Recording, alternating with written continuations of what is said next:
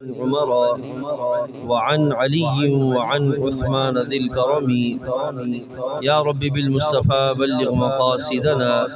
واغفر لنا ما مضى يا واسع الكرم۔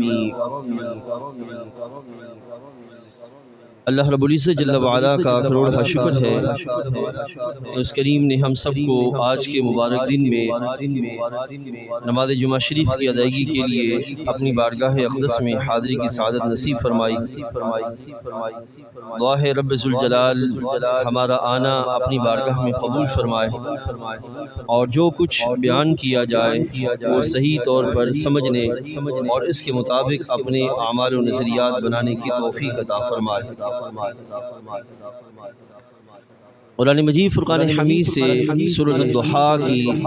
آخری آیہ کریمہ تلاوت کرنے کا شرف حاصل کیا۔ اس آیہ کریمہ میں اللہ تعالی اپنے نبی کریم علیہ السلام اور پھر آپ کے توسل اور توسل سے قیامت تک کے لیے جملہ انسانوں کو ایک حکم بیان فرما رہا ہے۔ رب ذوالجلال ارشاد فرماتا ہے بسم اللہ الرحمن الرحیم وَأَمَّا بِنِعْمَةِ رَبِّكَ فَحَدِّثْ، اور اپنے رب کی نعمت کا خوب چرچا کرو۔ اب یہاں معزز حاضرین رسول اکرم صلی اللہ علیہ وسلم کے لیے حکم ہے اور پھر آخر میں قیامت تک کے لیے ساری امت کے لیے حکم ہے۔ ہم نے یہ دیکھنا ہے کہ یہ حکم کیسا ہے اور اس کے لحاظ سے ہم اس میں کس طرح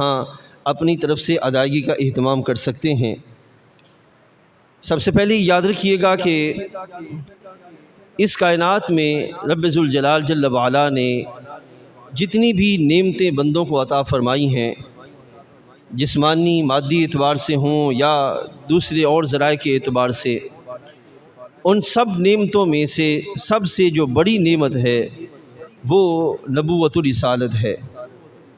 یہ ایک ایسی نعمت ہے کہ باقی ساری نعمتیں اسی کی برکت سے نعمت شمار ہوتی ہیں اور نعمت کے دائرے میں آتی ہیں۔ اب نبوت الرسالت نعمت ٹھہری اور پھر وہ ذات اقدس کہ جن کو منصب نبوت الرسالت عطا کیا جاتا ہے وہ بھی نعمت ہوئیں، اور پھر خالق کائنات جل وعلا نے ان کو جتنی بھی نعمتیں عطا فرمائیں، جتنے ان کے ساتھ وعدے فرمائے اور جو قیامت تک کے لیے ان کے ساتھ انعامات کا رب تعالیٰ نے تذکرہ فرمایا، وہ ساری کی ساری امت کے لیے نعمت ٹھہریں۔ جب ساری کی ساری امت کے لیے نعمت ٹھہریں تو اب رسول اکرم صلی اللہ علیہ وسلم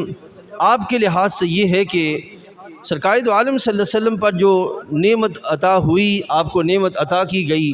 منصب نبوت و رسالت، سرکار دو عالم صلی اللہ علیہ وسلم نے اس کا اپنی پوری حیات طیبہ کے اندر پورا اہتمام فرمایا۔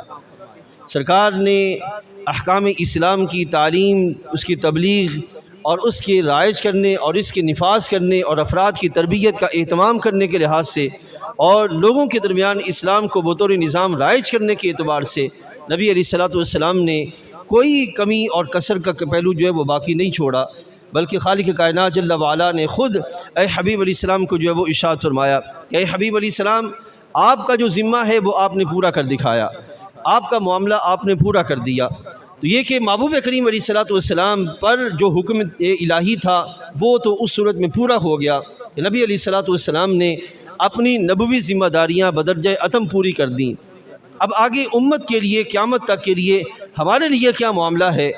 عزیز دوستو، ہمارے سامنے تین طرح کی نعمتیں ہیں۔ ایک ہے نعمت نبوت الرسالت، اور ایک ہے نعمت ذات اقدس جناب سیدنا محمد الرسول اللہ صلی اللہ علیہ وسلم، اور تیسری ہے رب ذوالجلال جل وعلا کا عطا کردہ وہ دین اور وہ انعامات جو رب کائنات جل وعلا نے ہمیں عطا فرمائے۔ یہ تین پہلو ہیں جو رب کائنات جل وعلا نے بطور نعمت ہمیں عطا فرمائے۔ اب اس کے لحاظ سے ہماری ذمہ داری عزیز دوستو اس طرح پوری ہوتی ہے کہ آج کے اس دور کے اندر ہم میں سے آپ دیکھیں کہ اکثر و بیشتر احباب 12ویں شریف یعنی کہ میلاد شریف کا اہتمام کر رہے ہیں، اور اس میلاد شریف کے اہتمام میں جس کے بس میں جتنا ہے وہ اتنا اہتمام کرنے کی کوشش کر رہا ہے، یہ سارے کے سارے اظہار تشکر ہیں جو کہ رب ذوالجلال جل وعلا کی اس عظیم نعمت کے لحاظ سے ہم سب جو ہے وہ اس بات کا اہتمام کر رہے ہیں۔ لیکن اگر ہماری ان ساری چیزوں کے اہتمام کا سلسلہ صرف محدود ہو اس مجلس تک یا اس علاقے تک یا اس وقت تک کہ جس وقت کے لیے ہم یہ سارا اہتمام کر رہے ہیں، تو اس کا مطلب یہ ہوا کہ ہمارا اس ذات اقدس کے اعتبار سے اور اس ذات اقدس کے ذریعے جو انعامات میسر آئے ان انعامات کے اعتبار سے ہماری سوچ انتہائی محدود ہے اور ہماری فکر انتہائی جو ہے وہ ناقص ہے کہ ہم نے جو ہے وہ ان کو صرف اظہار تشکر کے لیے ہی محدود کر کے رکھ چھوڑا اور باقی ان کی محبتوں کے اور ان کی عظمتوں کے اور ان کے لائے ہوئے انعامات کے جو تسلسل ہیں اور وسعتیں ہیں ان کی طرف ہم نے توجہ ہی نہیں کی، جس کا نتیجہ کا نکلا کہ عزیز دوستو اظہار تشکر کی محافلیں تو خوب سجتی رہیں اور سج رہی ہیں، لیکن باقاعدہ اعمال کے اعتبار سے اور نبی علیہ الصلوۃ والسلام کی اطاعت اور اتباع اور آپ کے لائے ہوئے دین کے غلبہ کے اعتبار سے ہماری کوششیں کس حد تک ہیں وہ ہم سب جانتے ہیں۔ اب اس میں ہمارے لیے کیا ہونا چاہیے اور کس طرف بڑھنا چاہیے، بس وہ پہلو میں آپ کے سامنے رکھتا ہوں اور پھر ہم اپنی بات کو جو ہے وہ مکمل کرتے ہیں۔ معزز حاضرین، سوچئے ذرا، آج کا نوجوان جس دور میں آنکھ کھول رہا ہے یہ دور انتشار اور فساد سے بڑا ہوا دور ہے۔ اس دور کے اندر آج کے نوجوان کو ایک جہاں تہذیبی یلغار اس پر جو ہے وہ ذہنی اس کو گرفت میں کیے ہوئے ہے ذہن اس کا، اسی طرح اس کی اعمال کو بھی اپنے پکڑ میں لیے ہوئے ہے، وہ سر سے لے کر پاؤں تک اس کیفیت میں ہے کہ میں اسلام میں رہوں بھی اور وہ انداز جو مغرب کی طرف سے میری طرف آ رہے ہیں میں ان کو اپنے سینے سے لگاؤں بھی، دونوں چیزیں جو ہے وہ اس کی طرف وہ کوشاں ہے۔ نہ اس کو کاملاً اسلام پر یقین ہے، نہ کاملاً اس معاملے پر یقین ہے، وہ تذبذب کا شکار ہے اور اس کیفیت میں ہے کہ آدھا تیتر اور آدھا بٹیر۔ عزیز دوستو، رب ذوالجلال جل وعلا بندوں سے اس طرح کی بندگی قبول نہیں فرماتا اور بندوں سے اس طرح کے معاملوں کو پسند نہیں فرماتا۔ اب اس دور میں ہمارے مومن مسلمان کے لیے سب سے پہلا معاملہ یہ ہے کہ اس کے سامنے رسول اکرم صلی اللہ علیہ وسلم کا وہ سکیچ پیش کیا جائے، وہ تصور پیش کیا جائے اور آپ کی ذات اقدس کو اس انداز کے ساتھ پیش کیا جائے کہ اس کے دل میں رسول اللہ صلی اللہ علیہ وسلم کی محبت بیٹھ جائے اور وہ رسول اکرم صلی اللہ علیہ وسلم کے اس مبارک نقش کو اپنے سامنے رکھتے ہوئے اس انداز کے ساتھ آگے بڑھے کہ اس کی آنکھیں کبھی خرابی کا شکار نہ ہوں، اس کے کردار میں کبھی جو ہے وہ بگاڑ نہ آئے، اس کے فکر میں کبھی کسی طرح جو ہے وہ تنزلی نہ ہو۔ اب دیکھیے، آپ پوچھیں کہ وہ کس طرح، ذرا سوچئے گا کہ ہمارے آقا صلی اللہ علیہ وسلم کے مبارک سیرت طیبہ سے پہلے صورت اقدس،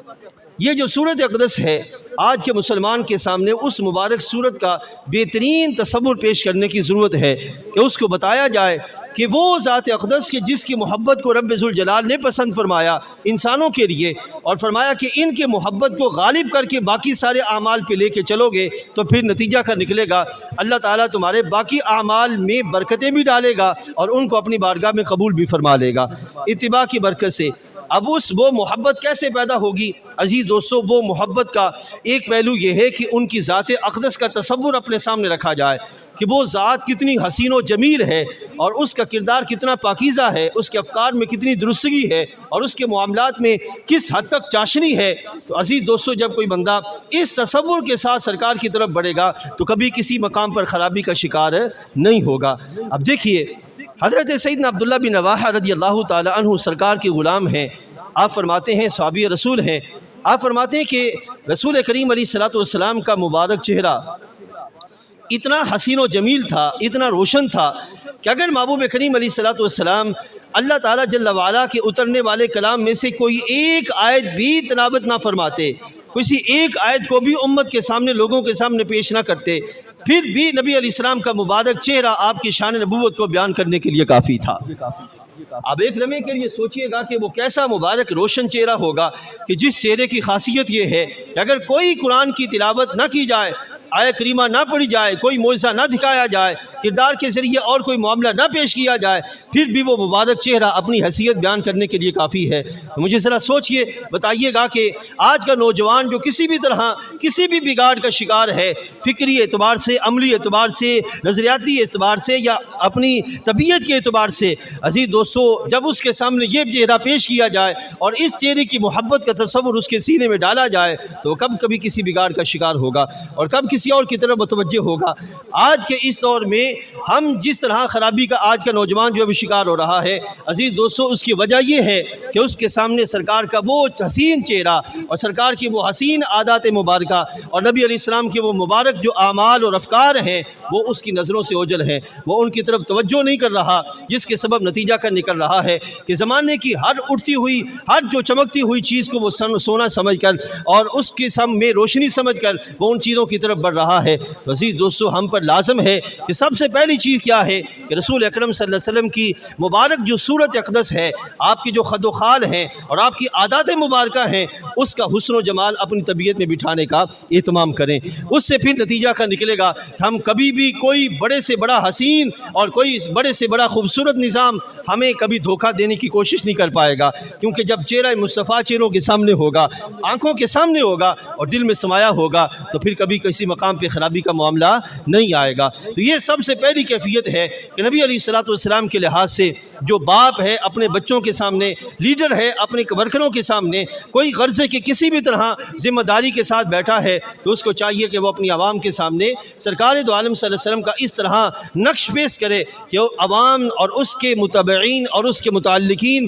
اور اس کے وابستگان جو لوگ ہیں ان کے دلوں میں سرکار کی محبت جاگزیں ہو جائے اور وہ نبی علیہ السلام کی غلامی کی طرف بڑھنے کے لیے تیار ہو جائے۔ مجھے ذرا سوچ کے بتائیے عزیز دوستو، جو چہرہ اتنا حسین و جمیل ہو، جس کے بارے میں رب تعالیٰ خود فرماتا ہو قد نرا تقلب وجهك في السماء فلنولینک قبلۃ ترضاها، اے حبیب ہم آپ کا بار بار چہرہ آسمان کی طرف اٹھنا دیکھ رہے ہیں۔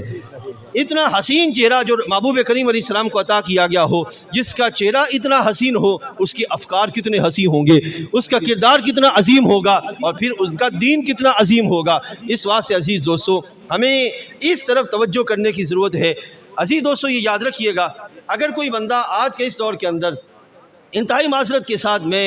ان کو واضح لفظوں میں ہی کہوں گا کہ اگر کوئی بندہ میلاد شریف کا بھرپور اہتمام کرے، ساری رات لنگر کرے اور ساری رات صبح سے شام تک اگلے دن وہ لنگر شریف کو لوگوں کے درمیان کھولے رکھے، لیکن جب اس سے کہا جائے کہ محبوب کریم علیہ السلام کے حسین چہروں کا اور حسین تذکرہ کی کوئی ایک بات سناؤ، اس کو کوئی ایک بات بھی نہ آتی ہو تو سوچے کہ وہ کتنا ناقص آدمی ہے۔ جب اس کے سامنے یہ کہا جائے کہ رسول کریم علیہ السلام کے مبارک کردار کو اپنانے کا اہتمام کرو تو وہ ہچکچاتا ہوا نظر آئے تو اس کا مطلب یہ ہے کہ اس کی سوچ محدود ہے، اس کی فکر محدود ہے، اس کا نظام محدود ہے اور وہ اپنے کردار میں بہت محدود ہے، اور اس نے نبی علیہ السلام کو بہت محدود کر چھوڑا کہ 12ویں شریف جب آئے تو نبی علیہ السلام کی عظمتوں کا اہتمام کر لیا جائے، اور اس کے بعد باقی جو نظام ہے عزیز دوستو، ہمارے رب ذوالجلال نے ہمارے نبی علیہ السلام کی محبت کا اس انداز کے ساتھ جو ہے وہ بیان کرنے کا جو حکم نہیں دیا، بلکہ خالق کائنات نے فرمایا کہ یقیناً محبوب کریم علیہ السلام کی ولادت باسعادت عظیم خوشیوں اور مسرتوں کا دن ہے،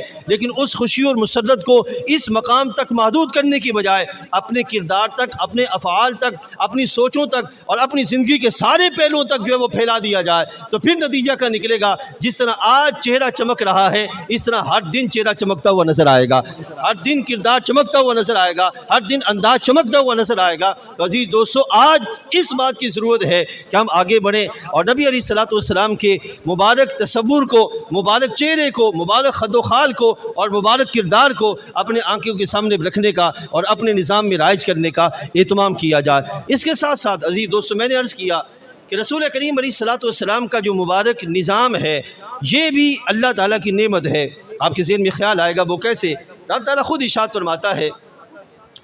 وَأَتْمَمْتُ عَلَيْكُمْ نِعْمَتِي وَرَضِيتُ لَكُمُ الْإِسْلَامَ دِينًا، کہ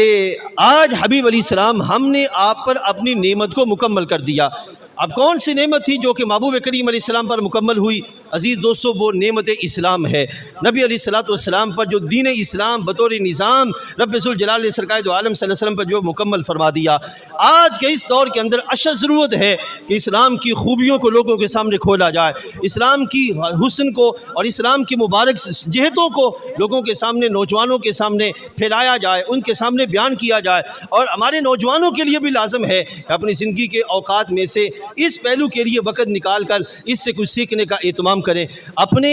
عزیز دوستو، جب اسلام کے حسن و جمال کو ہم صحیح طریقے سے سمجھ جائیں گے تو عزیز دوستو کبھی بھی کسی بھی مقام پر کسی کا حق نہیں مارا جائے گا، کسی پہ ظلم نہیں ہوگا، کسی پہ جبر نہیں ہوگا، کسی پہ کسی بھی طرح زیادتی نہیں ہوگی۔ آج کے اس دور کے اندر آپ دیکھتے ہیں ایک معاشی استحصال ہے، معاشرتی بگاڑ ہے، سوچ میں انتشار ہے، عرض کہ جدھر بھی ہم دیکھیں گے ہمیں ایک عجیب سی کشمکش اور ایک عجیب سی جو ہے وہ مایوسی کی فضا جو ہے وہ نظر آئے گی۔ اس کے باوجود کہ وہ بندہ مسلمان، اس کے باوجود کہ رسول اللہ کی عظمت کے ترانے گانے والا، اس کے باوجود کہ وہ رسول اللہ کی عظمتوں کے لحاظ سے محافل کو سجانے والا، لیکن جب اس کی طرف دیکھا جائے وہ پریشانی کا شکار ہوگا، حالات کے اعتبار سے، نظام کے اعتبار سے، اپنے کردار کے اعتبار سے، اپنے گھر کے اعتبار سے۔ عزیز دوستو وجہ کیا ہے؟ وجہ فقط یہ ہے کہ اس نے سرکار کی ذات اور آپ کے کردار اور آپ کی تعلیمات اور آپ کی مبارک سوچ اور آپ کے تصور کو محدود کر کے رکھ چھوڑا کہ جب مدینہ طیبہ کی تصویر سامنے آئے تو اس کی آنکھوں سے خوشی اور مسرت کی آنکھوں کھل اٹھیں،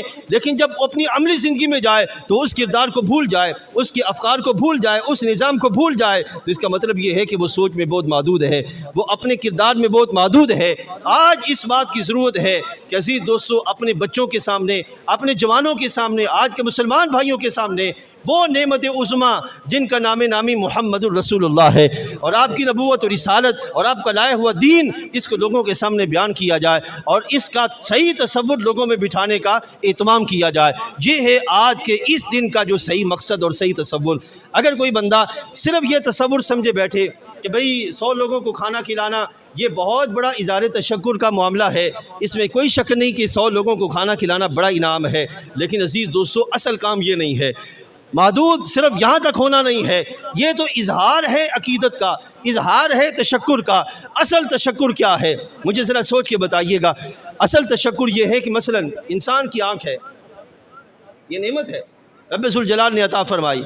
اب اس آنکھ کے لحاظ سے یہ ہے، ایک یہ ہے کہ بندہ اس کو ہر طرح کے گرد و غبار سے بچائے تاکہ یہ خراب نہ ہو جائے، اور دوسرا یہ ہے کہ اس کو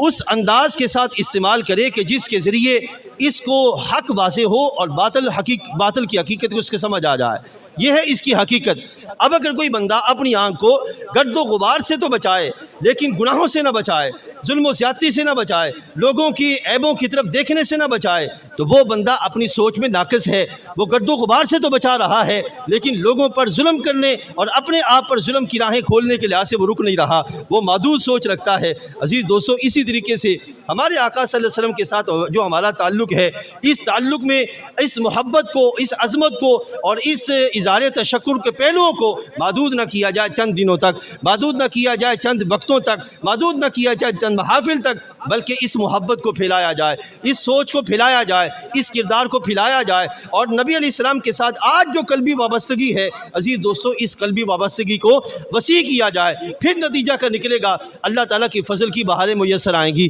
معاشرے میں کہیں ظلم نہیں ہوگا، معاش میں کہیں تنگی نہیں آئے گی، اور کسی بھی مقام پر کسی بھی طرح خرابی کا معاملہ نہیں ہو پائے گا۔ یہ آج یہ اصل ذمہ داری ہے عزیز دوستو ہمارے نوجوانوں کے اعتبار سے۔ باپ اپنے لحاظ سے یہ کردار ادا کرے، بڑا بھائی اپنے لحاظ سے کردار ادا کرے، کسی بھی مقام پہ کوئی بڑا ذمہ دار ہے وہ اپنے لحاظ سے کردار ادا کرے۔ اور پھر آخر میں یہ کہنا چاہوں گا کہ عزیز دوستو کوشش کریں، میں نوجوانوں کو عرض کروں گا آپ بھی، کہ زمانے کے اگر اس انتشار سے بچنا ہے، اور ہمیں آج بھی اس بات پہ یقین ہے کہ اس انتشار کا ایک ہی واحد ذریعہ ہے اور وہ ہے ذات رسول علیہ الصلوۃ والسلام۔ اگر کسی کی سوچ اور ہے تو وہ اس کا معائنہ کر لے، اور حقیقت یہ ہے کہ جو حقیقت ہے کہ آج کے اس نظام میں اس انتشار اور بگاڑ سے جو ذات اور جس ذات کا نظام بچانے والا ہے وہ ذات رسول علیہ الصلوۃ والسلام۔ یہ حقیقت ہے کہ نہیں ہے؟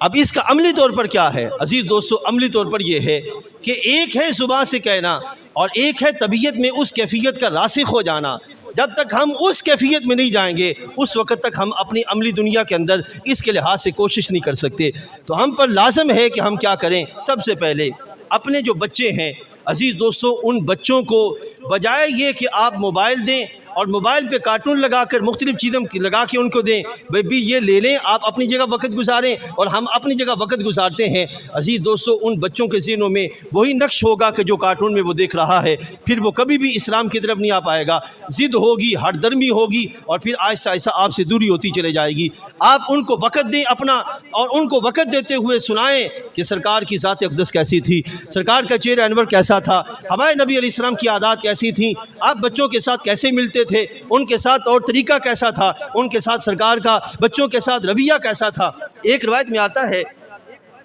مولانا روم رحمۃ اللہ تعالی علیہ، بہت بڑے صوفی بزرگ گزرے ہیں، ترکی میں ان کا مزار ہے، مولانا روم رحمۃ اللہ تعالی علیہ، آپ تشریف لائے تو دیکھا گلی میں بچے کھیل رہے ہیں،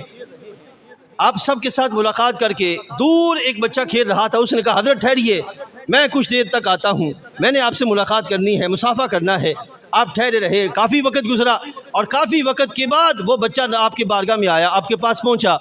تو کسی نے کہا حضرت اتنا طویل وقت صرف بچے کے لیے آپ نے جو ہے وہ صرف کر دیا، کیا یہ اچھا ہوتا کہ آپ اپنے کام میں صرف کرتے؟ تو آپ نے فرمایا کہ اگر میری جگہ آج سرکار ہوتے اور یہ بچہ کہتا کہ اے حبیب علیہ السلام ذرا ٹھہریے، میں آ کے آپ سے سلام لینا ہے، تو سرکار اتنی دیر تک ٹھہرے رہتے، اس کا انتظار کرتے کہ یہ بچہ جو ہے مجھے پکارا ہے اور اس نے مجھے کہا کہ میں نے آپ سے آ کے سلام لینا ہے، تو وہ نبی علیہ السلام اس کے انتظار میں ٹھہرتے۔ عزیز دوستو، اس انداز کے ساتھ اپنے بچوں کے سامنے ان سرکار کی عادات پیش کی جائیں، آپ کا طور طریقہ پیش کیا جائے، آپ کا رویہ پیش کیا جائے، اور پھر اسلام کی خوبصورتی، اسلام کو حسن و جمال۔ آپ نے دیکھا کہ آج کا وہ وقت آن پہنچا ہے، ہر بندہ اس کیفیت میں ہے کہ کوئی چار آنے ہمیں آ کے دے دے، اس کیفیت میں پڑا ہے۔ لیکن عزیز دوستو، محبوب کریم علیہ السلام نے جو نظام ہمیں عطا فرمایا، اگر اس نظام کو صحیح طور پر ہم اپنی عملی زندگی کے اندر سمجھ کے رائج کر لیں تو پھر نتیجہ کا نکلے گا، ہم اس بات کی طرف نہیں ہوں گے کہ کوئی آ کے چار آنے ہمیں دے جائے، بلکہ اس کیفیت میں ہوں گے کوئی ہو جو آ کے ہم سے لے جائے،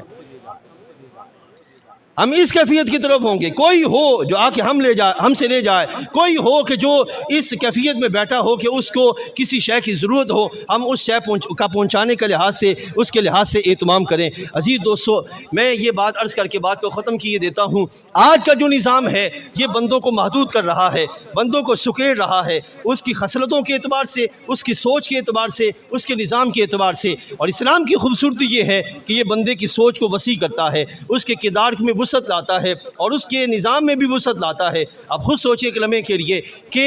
نظام آج کا ہمیں کس طرف لے کے جا رہا ہے اور نظام اسلام ہمیں کس طرف لے کے جاتا ہے، یہ ایک فرق ہے جو آسان لفظوں میں نے آپ کے سامنے رکھ دیا۔ عزیز دوستو، اسی چیز کو ہمیں اپنی عملی زندگی کے اندر رائج کرنے کی ضرورت ہے۔ کوشش کیجئے، بلکہ اب میں سے ہر ایک کے ہاں موبائل موجود ہے اور اس میں سے PDF ڈاؤن لوڈ کرنا ہمارے لیے کوئی مشکل معاملہ نہیں ہے۔ کوشش کریں کہ اپنی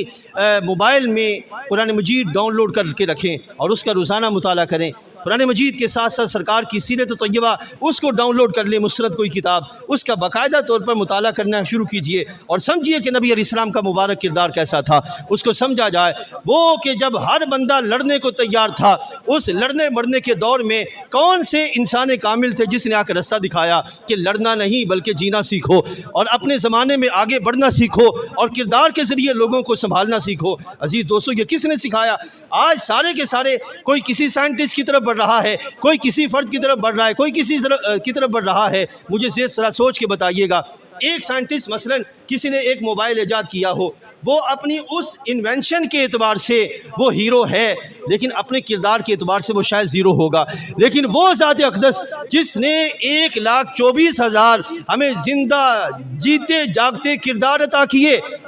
وہ ذات اقدس کون ہے؟ حضرت محمد الرسول اللہ۔ اور وہ زندہ و جاوید کردار کون ہے؟ 1,24,000 کم و بیش صحابہ کرام رضوان اللہ علیہم اجمعین، جن کو سرکار نے تیار کر کے امت کے سامنے پیش کیا۔ سرکار نے کوئی کتاب نہیں لکھی، لیکن جو کتابیں عطا کی صورت صدیق اکبر کی صورت میں، حضرت عمر فاروق کی صورت میں، جناب عثمان غنی کی صورت میں، جناب علی المرتضیٰ کی صورت میں، کوئی سائنسدان آج کے اس گئے گزرے دور کے اندر یہاں تک تو معاملہ ہو چکا کہ مصنوعی ذہانت تیار کر لی جائے، لیکن یہ معاملہ نہیں ہو چکا کہ جو ذہانت ہے اس کو صحیح طریقے سے استعمال کرنے کا رستہ بتایا جائے۔ یہ کوئی نہیں کر سکا۔ یہ کرنے کا طریقہ کس نے بتایا؟ جناب محمد رسول اللہ صلی اللہ علیہ وسلم نے۔ اس واسطے عزیز دوستو کوشش کیجئے، اس طرف بڑھیے، اپنے آپ کو بجائے یہ کہ اسلام سے خوف زدہ رکھنے کی بجائے اسلام کا مطالعہ کیجئے، اور اسلام کا مطالعہ کر کے اس کو اپنی عملی زندگی میں لا کر اپنی زندگی کو روشن کرنے کا اہتمام کیجئے۔ پھر انشاءاللہ اللہ تعالیٰ دونوں جہانوں کی عزتیں بھی عطا کرے گا اور دونوں جہانوں کی فضیلتیں بھی عطا فرمائے گا۔ آخر دعوایا ان الحمد للہ رب العالمین۔